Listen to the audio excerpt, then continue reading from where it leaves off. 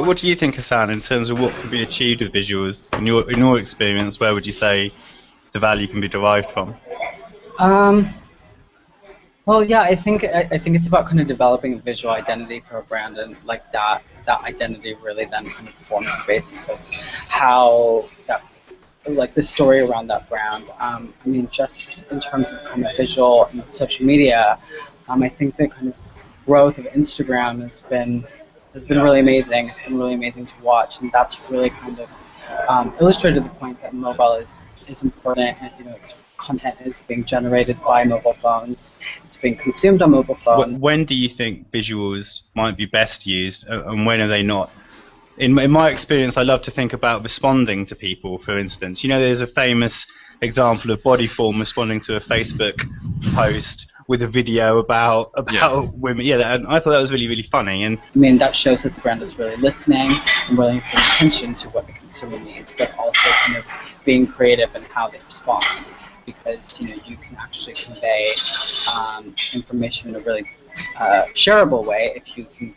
If you can change it from something that's text-based to something that's visual. For example, we work with a hotel, and they've changed their prices on a couple of their products.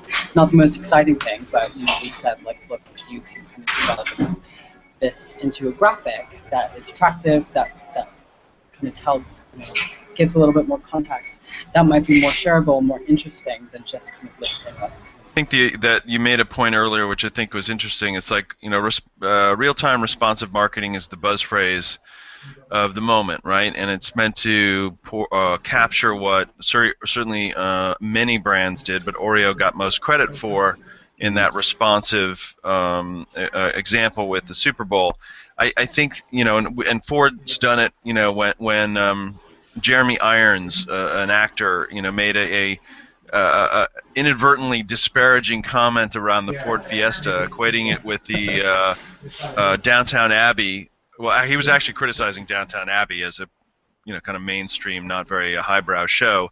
Anyhow, he equated it with the Ford Fiesta. Within 24 hours, Ford and our team turned around a video, which was a direct response to Jeremy Irons. I think what's happening is that the quick, creative, thoughtful production on visual content, whether it be still imagery on Facebook or whether it be a video published on YouTube or Vine and then shared out through a Facebook community, I think surprises people. And the quality and the creativity is being, the game is really being upped.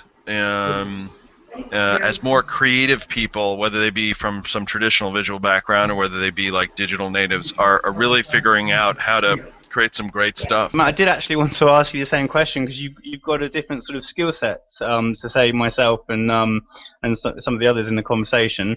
What can you achieve with visuals? I mean, there's a whole number of benefits that we can sort of derive from sort of using imagery. Going through a couple of them. Sort of half our client base and our projects are international.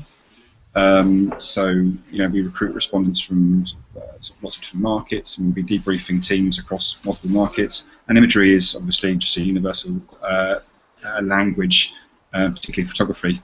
Obviously, photography is subjective in terms of how you analyse it, but it has that immediacy, and it just cuts through the language barriers and the translation of those barriers. So that's one sort of really immediate benefit. Another sort of benefit that Hassan sort of touched upon was sort of the idea that it's engaging people in a strategic environment in a more creative way. It's getting people to think about things more creatively and more emotionally.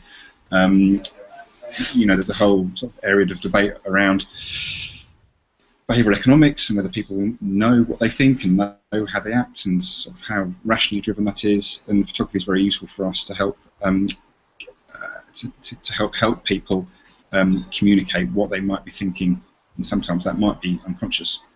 So that's another sort of really, really interesting area.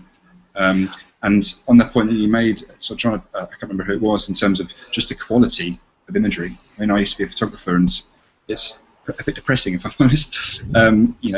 We're all really good photographers these days. The kit and it just gets better and better, and the quality of the creativity that's out there is just astonishing. So to sort of tap into that and to sort of harness it is fantastic from our perspective.